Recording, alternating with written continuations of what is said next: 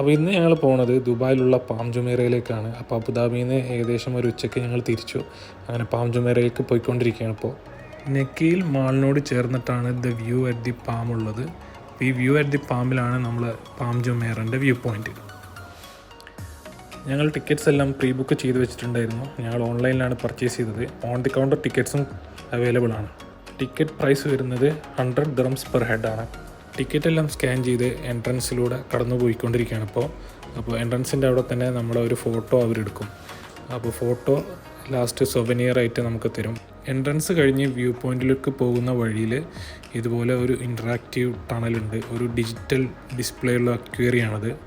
Aquarium കഴിഞ്ഞ് ഒരു ഹാളിലോട്ടെത്തും. ഈ ഹാളിൽ എല്ലാവരും ഗ്യാദർ ചെയ്തിട്ട് ഒരു ഇൻ്ററാക്റ്റീവ് സെഷൻ ഉണ്ടാവും. ഇൻ്ററാക്റ്റീവ് സെഷൻ എങ്ങനെയാണെന്ന് വെച്ചാൽ പാം ജുമേറൻ്റെ ഒരു ഡിസ്പ്ലേ നമ്മൾ ഫ്ലോറിലുണ്ടാവും.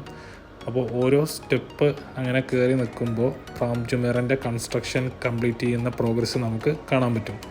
അപ്പോൾ വൺസ് ഇതിൻ്റെ കൺസ്ട്രക്ഷൻ കംപ്ലീറ്റ് ആയി കഴിയുമ്പോൾ നമുക്ക് നെക്സ്റ്റ് പോയിൻറ്റിലോട്ട് മൂവ് ചെയ്യാൻ പറ്റും.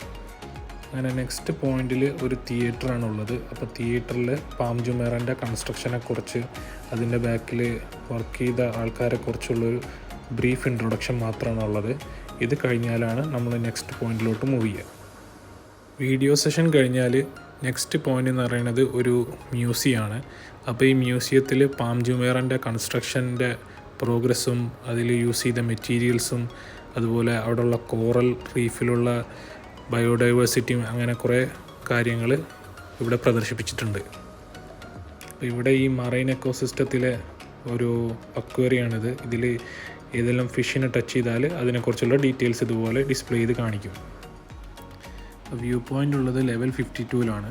അപ്പോൾ ലെവൽ 52-ലെത്തിയാൽ ഇതുപോലെ 360 ഡിഗ്രിയിൽ നമുക്ക് പാം ജുമേറൻ്റെ വ്യൂ കാണാൻ പറ്റും.